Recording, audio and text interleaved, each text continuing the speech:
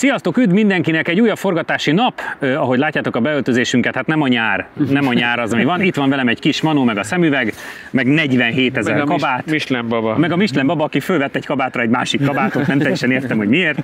Viszont két nagyon érdekes és menő autó, meg sem érd, mert csak megijesztesz azzal a számmal. 9,6. Ugye egy nulla, semmit nem mér. Nem mér, mert mínuszt nem tud mérni. Na de. Na. Van már 10 fok? Van. Az jó? 11,8. Figyelj, ez a 20-as értékekhez képest nem olyan rossz. Kicsit még dörzsölöd a lábáddal, délutánra elég. Végig az utat előre. A műsor támogatója a Hedó Kft. Az út, ami összeköt. Megsérült a szélvédőd? Az Ixon Kft. Nálad a helyszínen megjavítja. Reklámépítészeti megoldások 20 éve a G-Ban Partners Kft-től. Támogatunk a játéknet.hu. Játékok bombaáron a netről, akár másnapra.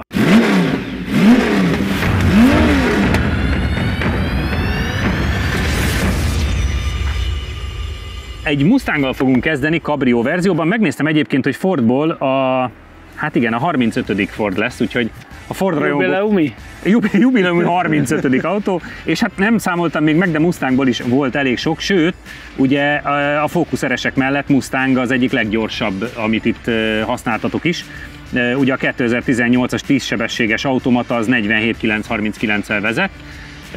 Én úgy tudom, hogy nem csak a fólia nem eredeti rajta, hanem vannak még bizonyos változtatások, igaz-e, Csabi? Igen, így van. Ezt a srácok kicsit átalakították olyan szempontból, hogy futóműhöz is nyúlva van, azért az látszik így az autó magasságából, a fék is egy picit alakítva van, de ami még fontosabb, motor is, váltó is át lett programozva, tehát vannak apró alakítások rajta, úgyhogy ennek köszönhetően egy picit erősebb, egy picit gyorsabban vált.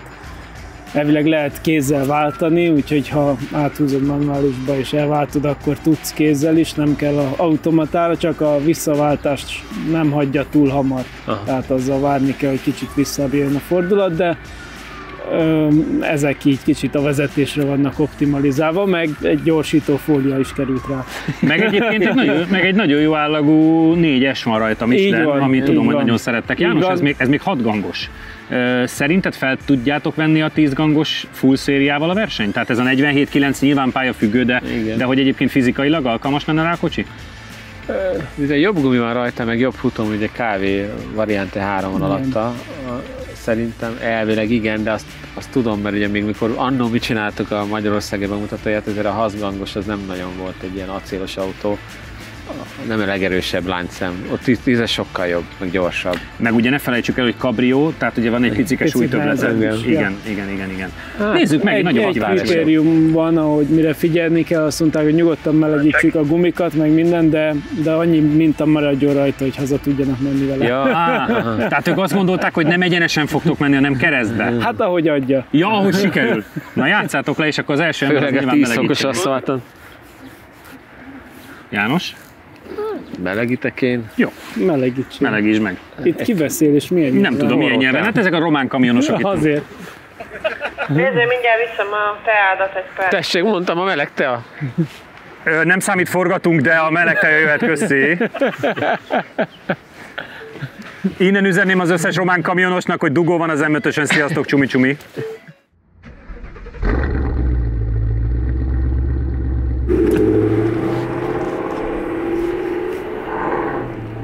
Az egyébként ebben a felkelő napban nagyon jó képeket lehetne csinálni, ha jó stábunk lenne, de hát csak őket tudtuk most hozni. Na, már tetszik neki. Alakul. Egész kis kulti hangja van, nem csak? Igen, nagyon.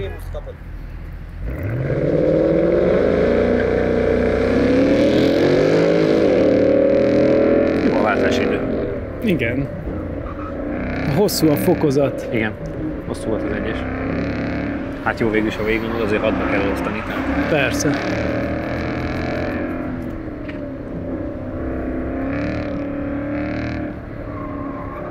Egy ránézésre a futómű az úgy jónak tűnik, tehát szépen áll. Nem merem azt mondani, hogy betapad, mert nem tapad, de hát hogy azt egyébként nem, de szépen nem mozog.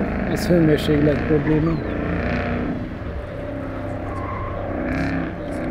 Tojásokon lépkedve megy, az látszik, de nem is baj. Megnézzük, hogy itt előttünk produkál-e. Még át 3-szor kell kigyorsítani. próbál finoman menni, hogy igen, ne csúszson meg.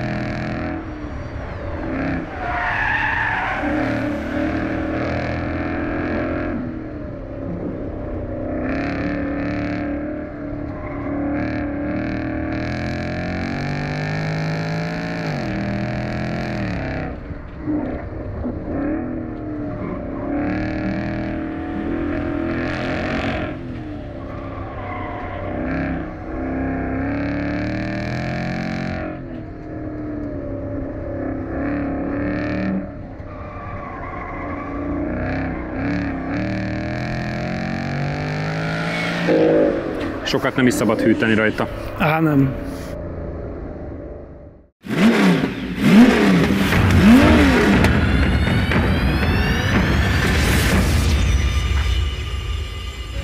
A fék meleg. A fék az meleg. Szó sincs róla, a fék az meleg. Jaj. Mit is? Hát mit csináljak vele? Ennyi. Nagyon érzékeny a gáz. Igen? Aha.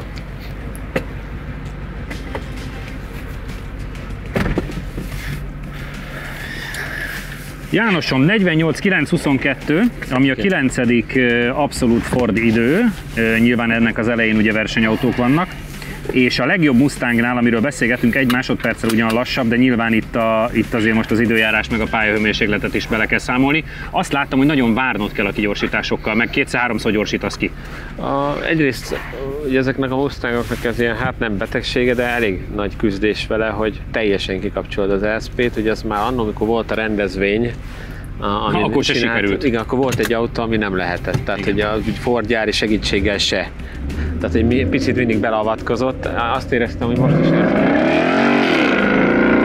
most is ez van, hogy egy ideig hagyja csúszni, aztán egyszer csak piciket így belekorrigál, meg a másik, a gázpedál érzékenység nagyon durva, tehát ahogy hozzálépsz már megy. Ott is akkor itt ezért nyomtál 3-szor gázt, hogy mikor mered el? Igen, hát már, hogy rányomsz, mert egy picit csúszik, és akkor utána alapvetően szerintem jobb lett, mint a széria, meg a rendezvényen is ugye volt egy autó, ami nem teljesen gyári volt. Na, látod, most elforog. Lehet, hogy Csabi keresztbe fog menni. Nem hiszem. Alapvetően ugye volt a Ford rendezvényen is egy autó, ami hát kicsit erősebb volt, ez ahhoz hasonló. Aha. Tehát érezni azért az alaphoz képest. Igen, viszont a váltó az, jól emlékeztem rá, hogy ez gyenge pont, tehát akárhova programozott. Például ugye próbáltam manuálisan váltani, felváltott egyet, majd ott a sikán előtt ő magától felváltott még egyet, úgyhogy még nem volt indokolt. Aha. Akkor ugye ráhúztam, hogy váltson már vissza, mert hogy inkább haladnék, mint akkor nem váltott vissza, viszont a kanyar közepén egyszer csak visszaváltott még egyet, hogy le is húzott az autó. Aha.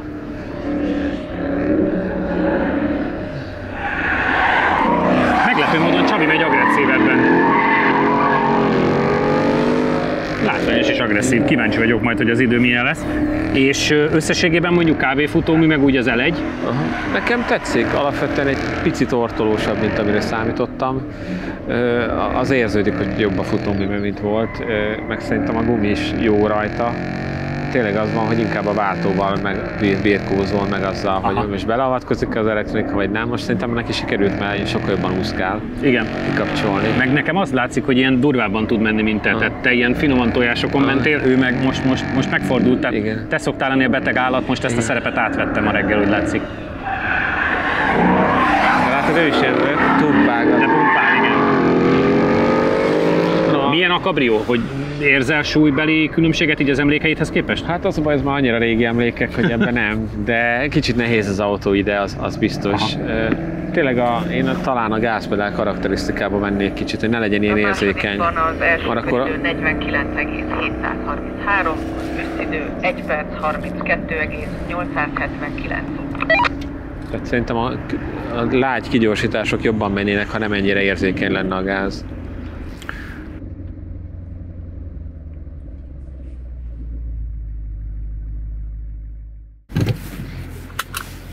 Szerintem ő is küzdött ezzel, hogy ennyire érzékeny a gáz. Neked akartam adni egy győzelmet. Na, kikaptál, mint a... Utána elkezdtem lebaltázni a cégen belül mindenkit, hogy miért nem íródik át a listában, majd kiderült, hogy ez egy másik másodpercben van. Tehát, hogy alapvetően kikaptál, és nem teljesen értem, hogy miért, de valószínűleg akkor a kerékforgás alatt az nem sokat segített. Lehet. Mert alattad sokkal jobban mozgott a jármű. Aha, nem volt olyan rossz, bár kicsit darabos volt még nekem is, de úgy egyébként jól csúszkálgatott. Tehát nekem már úgy hagyta egy túl picit. Érzékeny, nem a gáz a legfeketén. Nagyon óvatosan kell, igen. A második kör egyébként már a tied, tehát látszik, hogy nem vezetési stílusbeli különbség van, hanem lehet, hogy a rajtban lehet, hogy a rajt, mert ott olyan jól forgott alatta, de hagytam, hogy forogjon kicsit, hogy hát ha nyer egy kis hőmérsékletet. Egyébként jó volt a futóműve, az kifejezetten tetszik, tök jó viselkedik vele az autó, a gázpedál az tényleg nagyon érzékeny, úgyhogy nagyon óvatosan kell hozzányúlni, meg igen, azért ez a váltó sokkal gyengébb, mint a fölváltás, az rendben van, de ugye sokat kell várni, hogy visszaváltsál, ez tény, de egyébként is még így is azért hosszabb a váltási ideje. A másik az sokkal fürgébb volt, és az, hogy ennyire érzékeny a gáz, illetve most ennyire csökken a tapadás, így a hő hideg miatt, így azért nehéz adagolni és jól kihozni belőle a köridőt szerintem, mert egyébként erőben meg mindenben tök jó, úgy rendben van. A két autó között van egy nagyon nagy összefüggés, azt, hogy ugyanaz a csapat a Gál Customs hozta nekünk, úgyhogy most egy kis szünet, és már is visszatérünk az Audival. Támogatunk a játéknet.hu. Játékok bombaáron a netről, akár másnapra. Reklámépítészeti megoldások 20 éve a G-Ban Partners Kft-től. A műsor támogatója a Hedó Kft. Az út, ami összeköt. Megsérült a szélvédőd? Az Xon Kft. Nálad a helyszínen megjavítja. És akkor egy Audi, ami hát hála Istennek már ugye 50D volt nálunk ilyen formátumúból, ha jól emlékszem, de ez nem 40. Az. 40D, de hogy... Nem, 40. Nem, mert ugye ott a 50D a... Ja, az 50 ott a 40. Hát ja, a sorszáma, igen, de hogy a lényeg az, hogy ez nem az. Ez nem, ez S7. Én azért úgy tudom, hogy a fékje az karbontárcsás. Jó, hát az igaz, de... Feláras extra, de vásárolható rá. Igen. Mit kell tudnunk egyébként erről az autóról, János? Szép, nagy, gyors.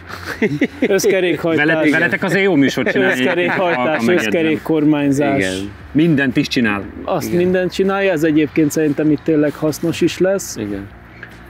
Úgyhogy 354 lóerő a szériába.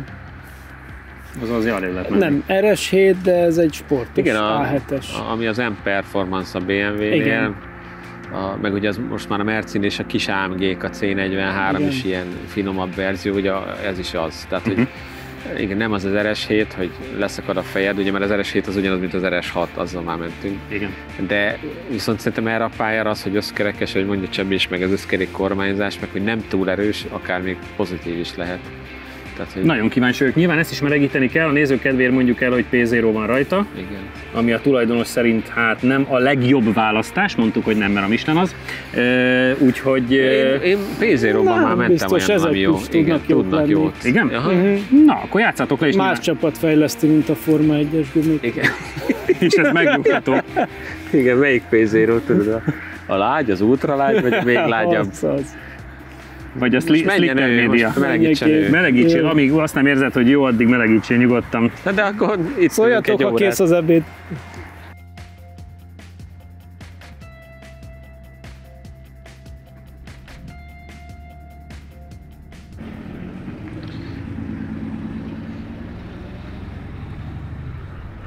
Igazából szerintem a dízelnél kell egy pár tizeddel, hogy jobbat menjen.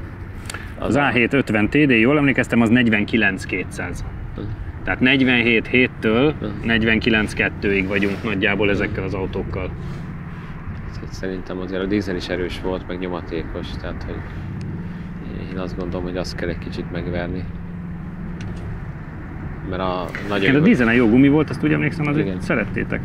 A karbonfék nagyon jó, de itt ugye nem az fog kijönni a két féktávon. Van itt ilyen S5 Stage 3, tudod, ilyen agyon húzott, az is 49-100 nem volt akkor. Az annyira erős volt, hogy vezethetetlen. Igen. Tehát, hogyha mondjuk bele tudnak kapirgálni egy 48-ba, az már alapvetően az ő szintjén nem olyan rossz. Igen. főleg látva azt, hogy reggel van meg hideg.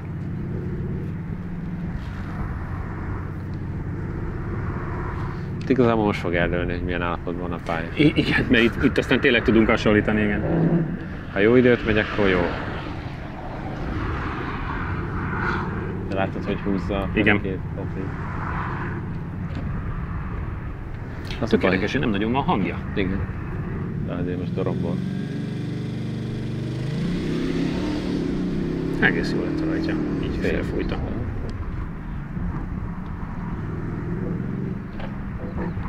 Itt is látszik, hogy ez azért a súly látszik rajta. Meg nem a kiugróan erős, tehát hogy ha belegondolsz, hogy az RS6 hogy ment el onnan. Jézus! Ez még innen nézve is ijesztő volt, nem hogy benne ülni. Nem, de hát ezeket alapvetően úgy fejlesztik, nem, hogy ez inkább arra van, hogy autópályán tudjál haladni. Ez egy sportosabb utcai vezetésre van kitalálva. És ha nem tévedek, mind a 3 prémium márkánál ezek mennek a legjobban, nem? Tehát, hogy ezeket nagyon szeretik a tulajok. Szerintem. Manapság nem, azt tudom.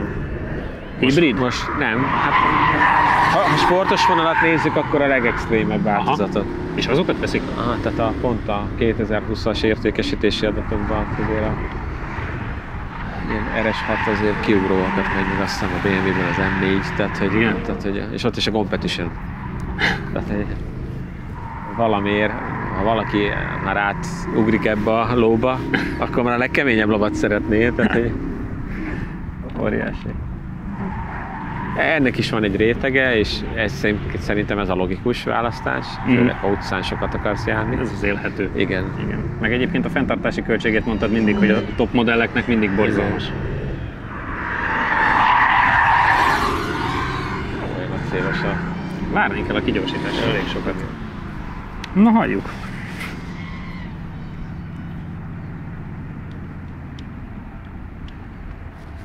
Az első köridő 48,254, az teljesen rendben van. pedig 1 perc 31,209.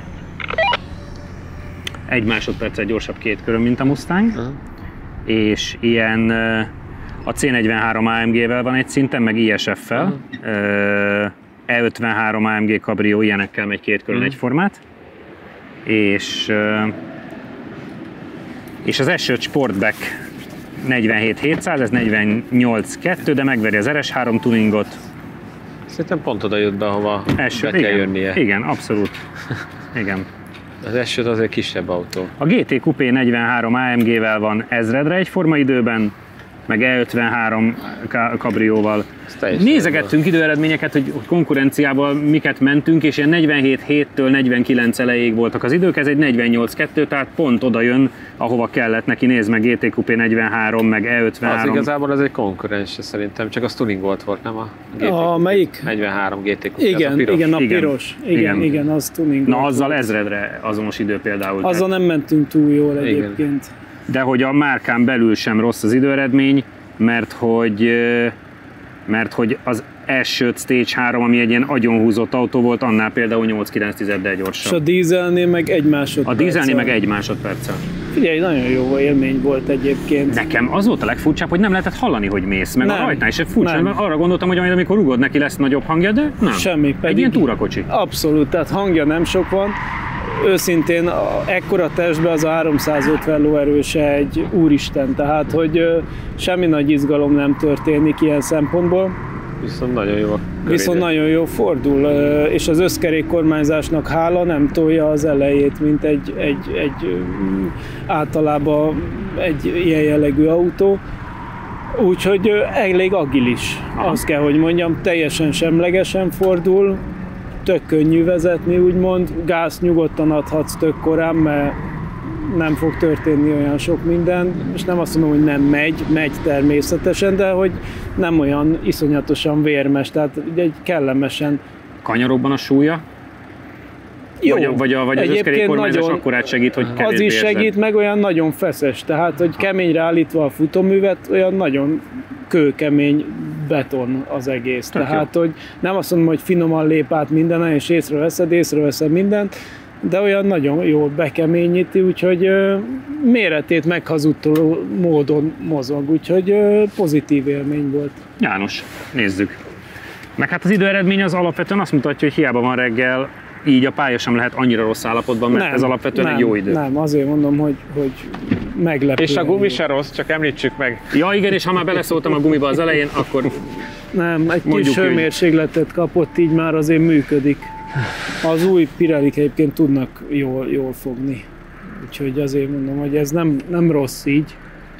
Kifejezetten kellemes kombináció ez az autó. Corvette C6 Z06 másodszor, amikor gyorsabbat mentetek, az nem egész 1/10-del gyorsabb nála például. Most belementem a kupék közé. Wow. Hát az mondjuk, és azért ez egy A7-es, tehát vagy S7-es, tehát egy nagy autó. Alfa Romeo 4C. Nem kategória, de 9/10-del gyorsabb ez az autó annál. Azért mondom, hogy szerintem ez abszolút jobb. Ez őszintén szóval jobb idő, mint amilyenre én így... Én azt mondtam, hogy ha 48-ba belenyúlunk, az már jó, igen. De hát azért ez a 48-nak nagyon az eleje. Igen, azért mondom, hogy ez szerintem abszolút jó.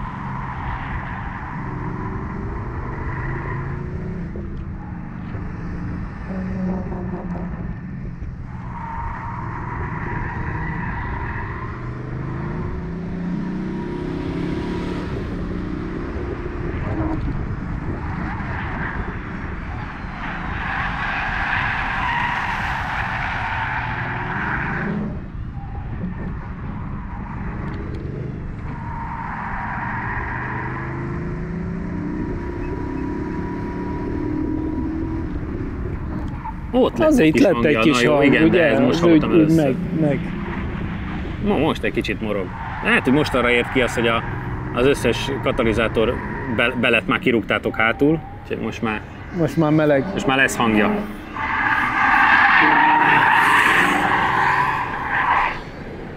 Kiadta Jánosnak, azt kell mondanom. Igen. Na halljuk.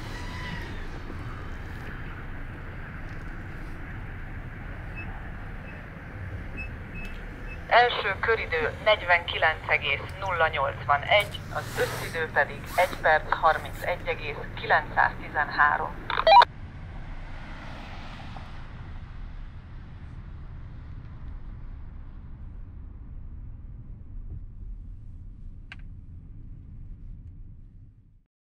Ez szerintem teljes, figyelj, gyorsabb, mint egy 2012-es RS3. Hajjaj. Vagy az RS4. Meg hogy mondom, az S5 Stage 3-nál is. Király voltam? Igen, nem most, de voltál már király régebben. Mondjuk most nagyon szar voltál, de az egy másik kérdés. Gyakorlatilag fordítva ugyanaz történt, mint a Mustangnál, az első körben belenéztél egy ilyen nagyon komoly balegyenesbe, egy 8/10-del, viszont a második kör már a tiéd volt. A Mustangra én nyertem. Ezt mondom, hogy most fordítva van, ezt magyarázom, ugyanúgy. Ja. Ott te nyertél 8/10-del, mondjuk most a Csabi. De nagyon izzadságmentes szép kör volt. Igen, nem igazán értem, hogy hol hagytad a 8/10-et, kávéztál Én valahol? értem, mert elején ilyen óvatosan kezdtem hozzá, aztán rájöttem, hogy... Tudod, időre megy. De nem azt, hanem hogy teljesen másképp fordul, mint az összes Audi. Igen. És ilyen szempontból egy marhára tetszik, amit csinál, mert ahogy ezért az mondtam, hogy még tetszene is nekem, ma szeretném az Audit. Hallod, olyan dicséretem ott beburkolta. Szeretném az Audit, vagy te, még ez tetszene is. Szerintem kurva jó autónak. Tehát, mondjuk ki, mert ugye tényleg az van, hogy az elejét, amúgy nem könnyű elejét oda teszed, ahol akarod, utána gázzal, ilyen túlkormányzat állapotban mindig lehet fordítani, és ugye ilyen Audi még nem volt nálunk. És tényleg az első párkör gyakorlatilag, amikor ráfordultam, ott akkor jöttem rá, hogy ez csak így kell, hogy sokkal hamarabb gáz van, és akkor így beúsztatod. Az utolsó kanyarodban azt láttam, hogy a kanyar közepétől adtál gázt, és nagyon szépen kijött. Ugye azt nem szabad, hogy teljesen lapadlózni, mert akkor már kicsit még túlkormányzottabb lesz, de ha megtaláld ezt az egyensúlyt, akkor gyakorlatilag mindenhova gázzal fordítod be. És ez még az RS5-ös se csinált ilyet szerintem nekünk, tehát hogy ez valami egészen elképesztő így. És amúgy meg egy nagyon kultúrált, nagyon kényelmes, nem nyomasztó a motorhang, de azért van egy ilyen duruzsolás, tehát hogy meglepően jó. Meg hát amikor az ember gyorsan megy vele, már hogy Csabi, akkor az eredménye egyébként meglepően jó. Tehát nem, azért hát az a 48-2 az egy abszolút. Igen. Az egy csodás eredmény. Egy ekkora autótól nem gondoltam volna. Igen, abszolút, tényleg. Gyerekek, mind a ketten elájulva egy Auditól, én azt hiszem most fejezem be a munkámat. Én szeretem az Audikat, ő nem szereti. Tudom, de hogy mind a ketten szuperlatívuszokban beszéltek egy Audiról, úgyhogy én meg vagyok hasonlulva gyakorlatilag. Nem mondjuk, hogy rossz, nem. Sőt, ha jó, akkor azt is felvállaljuk. Sőt, én elfogadnék egy ilyet, úgyhogy... Ezek voltunk már, keressetek bennünket Instán, Facebookon, YouTube-on, jövő héten találkozunk, sziasztok! Az Audi esetén van telemetria értékünk, és hála Istennek igen érdekes adatokra lelhetünk. És ugye elfelejtettük elmondani az adásban, vagy legalábbis sajnos nem foglalkoztunk vele, hogy ez az eredmény, amit az Audi elért, az természetesen a legjobb dízel eredmény, nem is kevéssel, nem kevesebb, mint 6/10. De akkor nézzük a telemetriát, ami azt mutatja, hogy 2,844 ezred másodperc alatt Csabi már el is éri a 60-as tempót, ami azt gondolom, hogy kimondva is nagyon jó eredmény. Még a maximális sebességünk is az övé, a második körben 118,64 km/órával, ami egyébként meg nem tűnik annyira kiemagasló eredménynek. A maximális gyorsulásunk rögtön a rajtban 0,82 G, míg a maximális lassulásunk kereken 1 G.